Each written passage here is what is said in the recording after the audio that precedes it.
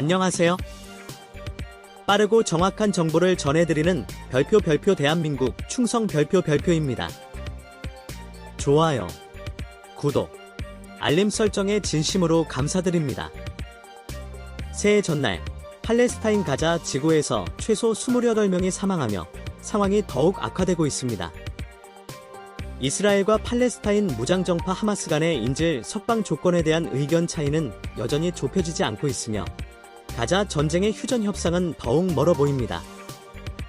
알자지라 보도에 따르면 1일 가자 지구에서 발생한 사망자는 최소 28명에 이르며 북부 도시 자발리아에서 15명, 중부 브레이즈와 남부 칸유니스 등에서도 사망자가 속출하고 있습니다. 로이터 통신은 칸유니스 서쪽 난민촌에서 이스라엘의 공격으로 어린이와 여성을 포함해 최소 10명이 사망하고 15명이 부상을 입었다고 보도했습니다. 특히 겨울철 추위로 인한 유아 사망자 수도 7명까지 늘어나며 비극이 이어지고 있습니다. UN 팔레스타인 난민기구 UNRWA는 폭우와 홍수로 인해 난민들의 삶이 더욱 어려워졌다고 우려를 표명했습니다. 팔레스타인 중앙통계국에 따르면 약 16만 명의 난민이 여전히 열악한 환경에서 고통받고 있는 상황입니다. 가자 지구의 비극적인 현실이 하루빨리 끝나기를 바라며 앞으로도 정확하고 신속한 보도로 여러분과 함께하겠습니다. 감사합니다.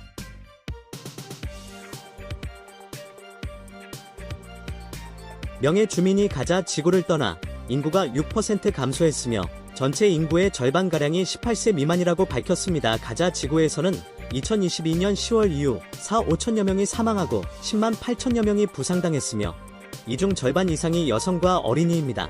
현재 가자 인구의 22% 심각한 식량 부족 상태에 있으며 영양실조로 생명이 위태로운 어린이도 3,500명에 달한다고 전해졌습니다. 이 가운데 이스라엘 카츠 국방부 장관은 하마스의 계속되는 공격과 인질 석방 거부에 대해 강경한 태도를 보이며 하마스를 강력히 공격할 것이라고 경고했습니다. 이스라엘은 하마스가 협상 과정에서 수용할 수 없는 조건을 계속 제시하고 있다고 주장하며 협상의 진전을 기대하기 어렵다고 밝혔습니다. 월스트리트 저널은 이집트와 카타르 등 중재국 관계자의 말을 인용해 양측의 요구 조건이 지나치게 상반되어 협상이 교착 상태에 빠졌다고 보도했습니다. 특히 하마스는 인질 석방을 위해 추가적인 휴전 시간이 필요하다고 주장하는 반면 이스라엘은 생존 인질만 석방해야 한다는 입장을 고수하고 있습니다. 이러한 상황 속에서 가자 지구의 인도적 위기는 심화되고 있으며 국제사회의 관심과 개입이 요구되고 있습니다. 아직 전쟁이 끝나지 않은 한국에게도 이런 전쟁의 관심은 지속적으로 이어져야 합니다. 한편 KF-21 전투기에 대한 미국 전문가들의 관심이 높아지고 있으며 러시아와 우크라이나 전쟁 후 유럽 각국은 자체 방위력을 강화하기 위해 징병제 도입을 검토하고 있습니다. 이미 징병제를 운영 중인 발트 3국을 포함한 여러 나라들이 한국의 군사 대비 태세를 주목하고 있으며 한국은 50만 명에 달하는 상비군과 300만 명의 예비군을 보유하여 그 규모로 국제적인 관심을 받고 있습니다.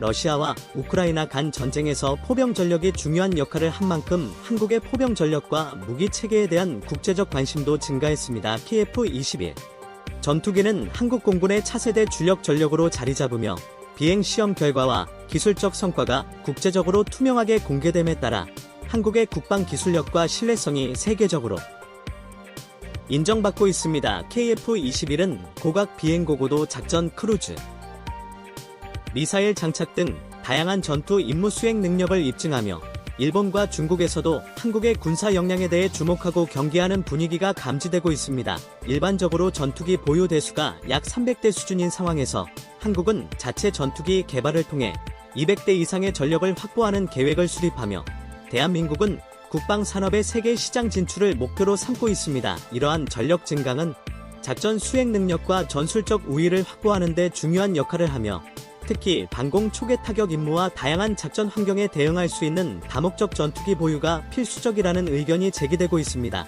미국산 전투기 부품 공급 차질로 인해 항공 전력 유지에 어려움을 겪은 경험을 바탕으로 한국은 안정적인 전력 유지를 위해 국산 전투기 개발이 필요한 시점에 도달했습니다. 이는 국내 전력 강화뿐 아니라 중국과 북한, 중동 및 러시아 등 국제 정세 속에서 강력한 대비 태세를 유지하는 데 중요한 의의를 지닙니다.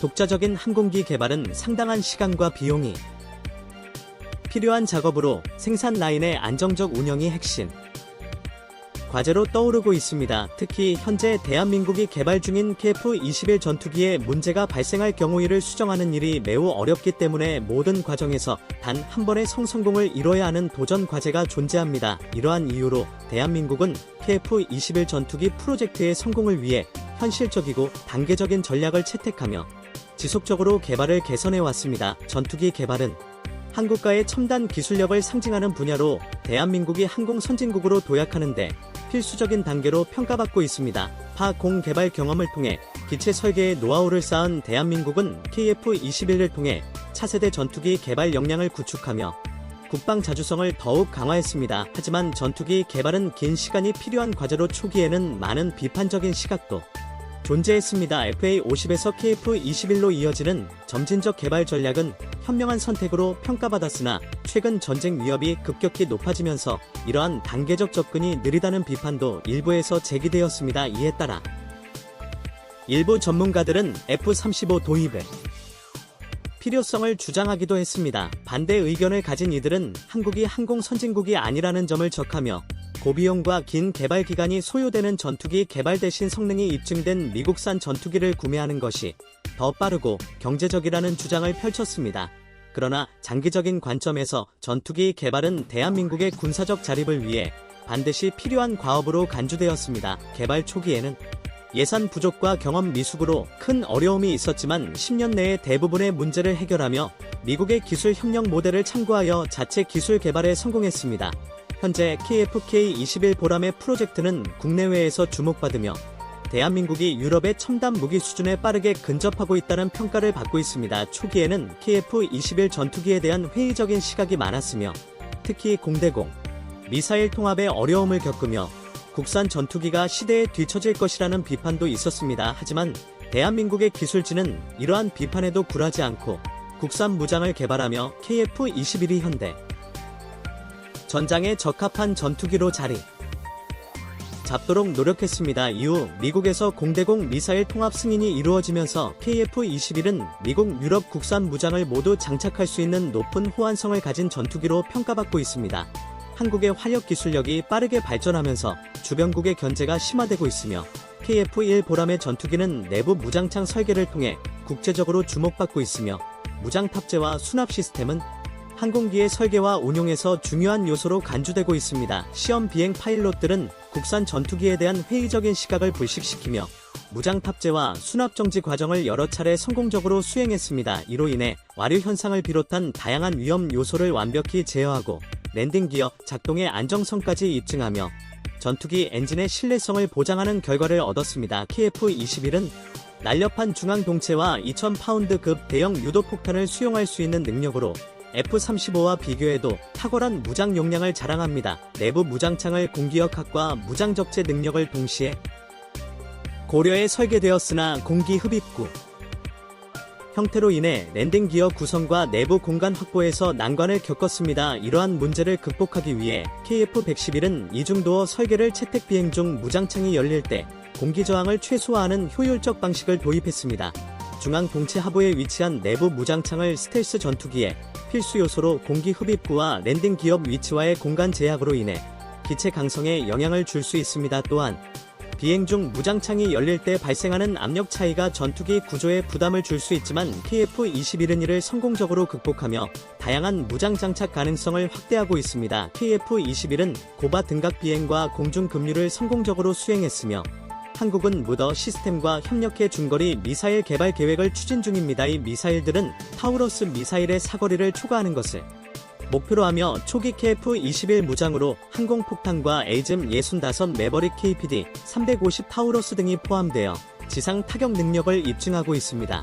그러나 고가의 타우러스 미사일은 외산 의존으로 인해 수량 확보와 유지 비용에 한계가 있습니다. 현재 한국군이 보유한 약 260의 타우러스 미사일은 북한 핵심 시설 타격에 필요한 최소 수량으로 평가되며 여러 변수를 고려할 때 공군은 최소 600발이 필요하다고 분석했습니다. 이로 인해 한국군은 타우러스 대체할 독자적인 장거리 공대지 미사일 개발을 추진하게 되었고 결과적으로 천용 미사일이 탄생했습니다. 천 미사일은 기존 타우러스의 500km 사거리를 유지하며 경량화에 성공 600km 사거리를 확보했습니다. KF-21 탑재용 장거리 공대지 미사일은 타우러스 동일한 탄두 중량을 유지하며 두꺼운 철근 콘크리트를 관통해 적의 지하 벙커를 파괴할 수 있는 강력한 성능을 자랑합니다. 군은 1차 양산으로 220바트 사업을 통해 목표 수량인 6발을 확보해 2030년까지 KF-21에 탑재할 충분한 장거리 공대지 미사일을 생산할 계획입니다. 방사는 미국에서도 인정받는 기술력을 바탕으로 장보고함에 이어 KF-21의 미국 수출 가능성까지 방산업계에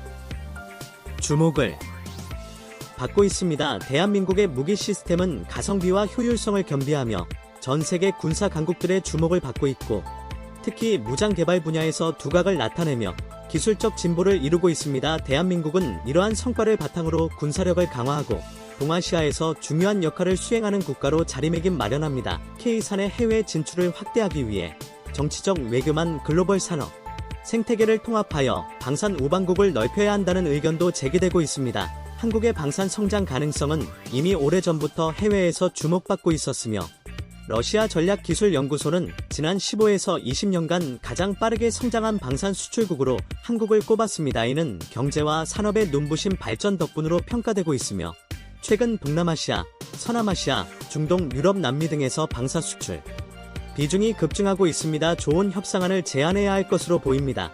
이처럼 대한민국의 무기 체계는 지속적으로 발전하며 세계적 위상을 강화하고 있습니다. 최근 열린 사천 에어쇼에서 국방과 연구소는 초음속 공대지 미사일의 실물 시험 모델을 최초로 공개했습니다. 관계자에 따르면 이번 초음속 공대지 미사일은 전술형 전략형 두 가지 버전으로 개발 중이며 최대 사거리는 500km일 것이라고 밝혔습니다. 또한 이를 기반으로 장거리 공대공 미사일의 개발도 상당히 진척되고 있다고 언급했습니다. 지난 24일 사천 에어쇼에서 선보인 초음속 공대지 미사일은 한국산 무기의 수출 경쟁력 향상에 중요한 역할을 할 전망입니다. 이는 사레이더와 중거리 공대공 무장 통합 지원 문제, 공대한 무장 부족 등으로 인한 우려를 불식시키며 한국 방산 수출 경쟁력에 긍정적인 영향을 미칠 것입니다. 초음속 공대지 미사일은 항공기에 장착되어 300km 떨어진 적 지상 주요 표적을 정타격하는 장거리 유도 미사일로 설계되었습니다. 미사일은 라이지 넥스원이 개발 중인 천룡이 독일 타우러스 유사한 역할을 하며 비행 속도가 초음속인 점에서 두드러집니다. 마하 5의 속도로 비행하며 목표물에 도달하는데 약 5분 밖에 걸리지 않아 요격이 어려운 치명적 타격력을 갖추고 있습니다. 스텔스 기술이 적용되어 레이더 탐지 확률을 낮추는 설계로 파50 경전 투기에 탑재하기 위해 경량화와 최적화가 이루어졌습니다. 덕티드 MG 엔진을 통해 초음속 비행을 실현하며 기존 타우러스 비교했을 때 비행 중 무게를 줄여 기동성을 높인 설계가 특징입니다. 엔진과 로켓 엔진의 장점을 결합한 추진기관은 산화제가 필요하지 않아 더 긴 연소가 가능하며 단순한 구조로 고속 비행을 지원합니다. 이러한 추진 기술은 미티어 미사일에도 적용된 바 있으며 복잡한 개발 과정으로 인해 높은 기술적 난이도를 요구합니다. 초음속 공대지 미사일은 모듈라 설계를 통해 생산 단가를 절감하고 운영 효율성을 높였습니다. 지상 표적 타격과 적 함선 공격 등 다양한 임무를 수행할 수 있는 다목적 미사일로 개발되었으며 가치를 극대화했습니다. 복합 탐색기를 적용해 악천후와 전파방해 상황에서도 정확한 타격이 가능하며 전시된 모델은 테스트용으로 항공기 통합과 비행 시험 준비를 위해 제작되었습니다. 초음속 공대지 미사일은 2022년부터 국방과학연구소가 연구개발을 주관하며 진행 중이며 2025년부터 파50 전투기로 비행 시험을 진행할 계획입니다. 한화 에어로스페이스 등 국내 방산업체들이 시제품 제작에 참여했으며 체계 통합 작업은 한국한 공우주 산업이 맡고 있습니다. 파0 구매국가 도입 검토 국가들 사이에서 초음속 공대지 미사일은 높은 관심을 받고 있습니다. 파2 초음속 공대지 미사일을 통합하면 그 가치는 더욱 상승할 것입니다. 현재 서방 전투기 중 초음속 공대지 미사일을 운용 가능한 기종 중 라팔은 핵탄두 장착 가능성으로 인해 수출 제한이 있습니다. KF-1과 FA-50의 초음속 공대지 미사일이 통합된다면 이들 전투기는 차별화된 성능으로 국제시장에서 경쟁력을 갖출 것입니다. 사천 에어쇼에는 폴란드 대통령의 방한 일정에 동행한 기자단도 참석하여 FA-50과 초음속 공대지 미사일에 대한 관심을 나타냈습니다. 폴란드 기자들은 최근 FA-50의 무장 통합 이슈와 관련하여 초음속 공대지 미사일이 새로운 대안이 될 수 있음을 주목했습니다. 초음속 공대지 미사일은 F-166이 가지지 못한 무기 체계를 제공하여 FA-10의 경쟁력을 더욱 강화할 것입니다. 또한 초음속 공대지 미사일은 모듈화된 설계로 공대한 미사일로도 활용할 수 있어 기존 공대한 무장 부족 문제를 해소할 뿐 아니라 이를 강점으로 바꿀 수 있습니다. 더불어 KF-21과 FA-10의 동일한 공대지 무장을 장착할 수 있어 한국산 전투기의 수출 경쟁력이 더욱 강화될 것으로 보입니다. 현재 초음속 공대지 미사일은 라이즌 X1 하나 에어로스페이스 국방과학연구소로부터 기술을 이전받아 개발 중이며 이 과정에서 천용 미사일 개발 기술이 빠르게 적용되고 있습니다. 초음속 공대지 미사일의 주요 부품인 로켓 모터 등 대부분이 국산화 되었으며 단도 설계와 소프트웨어는 별도로 개발되고 있습니다. 다만 충격 저항성이 높은 특수 소재는 일부 수입에 의존하고 있는 상황입니다. 현재 하나는 FA용으로 무게 900kg 이하, 사거리 300km 초음속 공대지 미사일을 개발 중이며 이를 바탕으로 한장거리 공대공 미사일 개발도 진행되고 있습니다. 넥스원은 KF-22용으로 무게 1톤 이상 사거리 500km 급 초음속 공대지 미사일을 개발하고 있습니다. 한국군도 사거리 500km KF-22용 미사일 도입에 큰 관심을 두고 있으며 사거리 300km 파용 미사일은 주로 수출용으로 개발되고 있습니다. 두 미사일 모두 KF-21과 회의에 통합될 예정이며 FA에는 500km 급 미사일 한 발 또는 300km 급 미사일 위에서 3발이 탑재 가능합니다. KF-21의 해외 수출 경쟁력을 높이기 위해 국산 공대공 공대지 공대함 미사일의 개발 및 통합이 필수적입니다. 공대지 무장을 단순히 미사일 발사로 생각할 수 있지만 이는 고도의 기술력이 필요한 작업입니다. 예를 들어 FA-10의 암남 통합이 허가되었습니다. 나토 국가 외의 지역에서는 미 국무부의 승인이 제한될 가능성이 있습니다. 특히 중동 지역에서 FA-50과 장거리 공대공 미사일을 판매하려면 미티어 미사일과 한국형 공대공 미사일의 통합이 필수적입니다. KF-21의 암남 통합 여부 역시 불확실하며 이는 미국제 장거리 공대공 미사일을 한국 레이더와 통합하는 최초의 사례가 될 것입니다. 현재 KF-21은 최대 하중을 견딜 수 있는 구조적 테스트가 진행 중이며 장거리 공대공 유도탄 개발이 완료되면 KF-21의 기본 무장으로 수출 경쟁력을 높일 수 있을 것입니다. 이 장거리 미사일은 미티어 미사일과 유사한 덕티드 램제트 방식을 채택하며 최대 사거리가 500km 달할 것으로 예상됩니다. 덕티드 램제트엔 밸브를 통해 연료 공급을 조절해 추력 제어가 가능하며 사거리 연장과 높은 비행 속도를 제공합니다. 또한 양방향 데이터 링크 기능을 통해 300km 이상의 목표물을 정밀 타격할 수 있어 전투기 성능을 뛰어넘는 미사일로 자리 잡을 것입니다. 덕티드 램제트 추진 방식은 높은 기술적 난이도를 요구하지만 대한민국은 독 숫자적인 공대공 미사일을 확보해 전자전 대응 능력을 강화하고 있습니다. 초음속 공대공 미사일은 암남다 크지만 개발 초기부터 내부 무장창 운영을 고려한 설계를 채택했습니다. 중장거리 미사일의 단축형 개발 가능성도 검토 중이며 이 미사일은 고체 연료 추진체와 짧은 길이를 통해 공간 효율성을 극대화할 수 있습니다. KF-21의 장거리와 중거리 미사일을 혼합 탑재하면 사각지대가 줄어들어 유지보수와 단가 측면에서 유리해질 것입니다. 상승 후 하강 비행을 통한 사거리 확장과 멀티버스 로켓을 통한 사거리 증가는 미티어 초과할 가능성이 있으며 측 출력기를 통한 자세 제어도 안정적입니다. 덕티드 제보다 비용이 낮으면서 동일 최적의 더 긴 사거리를 제공하며 중장거리 지대공 미사일의 축출력 활용한 멀티버스 구현 가능성도 확보되었습니다. 공군과 국방과학연구소는 중장거리 공대공 미사일 개발을 적극적으로 검토하고 있으며 2025년부터 2038년까지 약 1조 5,700억 원이 투입될 계획입니다. 극초음속 성능을 충족하는 기체와의 통합 설계가 진행되며 한국산 미사일은 빠르게 발전하고 있습니다. 한국은 중거리 공대공 미사일뿐 아니라 다양한 미사일 개발을 추진하고 있으며 목표는 독자적인 미사일로 자주국방을 완성하는 것입니다. 미래를 대비해 한국방산 산업은 무기체계 통합과 상호 운용성 향상을 목표로 하며 이는 현대 전장의 요구를 충족하기 위한 필수적인 방향입니다. 오늘의 마지막 뉴스 전달해드리며 상 마치겠습니다. 도널드 트럼프 미국 대통령 당선인의 취임이 임박한 가운데 유럽 각국은 우크라이나와 러시아 간 평화 협상의 가능성을 주목하고 있습니다. 트럼프 당선인의 대외 정책 기조에 따라 유럽이 더 많은 안보적 책임을 지게 될 가능성이 커지고 있으며 이는 유럽 내 새로운 도전 과제로 떠오르고 있습니다. 크리스토프 호이스겐 미네 보헤 의장은 인터뷰에서 우크라이나가 협상에서 유리한 위치를 확보하기 위해 지속적인 재정적, 군사적 지원이 필수적이라고 강조했습니다. 그는 러시아가 협상에 응하라고 전쟁을 멈추는 것이 이익이 된다고 믿지 않는 한 협상이 성공적으로 이루어지기 어렵다고 평가했습니다. 볼로디미르 젤렌스키 우크라이나 대통령은 우크라이나 동부 일부 점령지를 양보할 가능성을 언급하며 나토 가입이나 그에 상응하는 강력한 안보 보장을 요구하고 있습니다. 이는 과거 1994년 부다페스트 양해각서 실패 경험에서 비롯된 것으로 젤렌스키 대통령은 확실한 보장이 없는 협상에는 동의하지 않을 것으로 보입니다.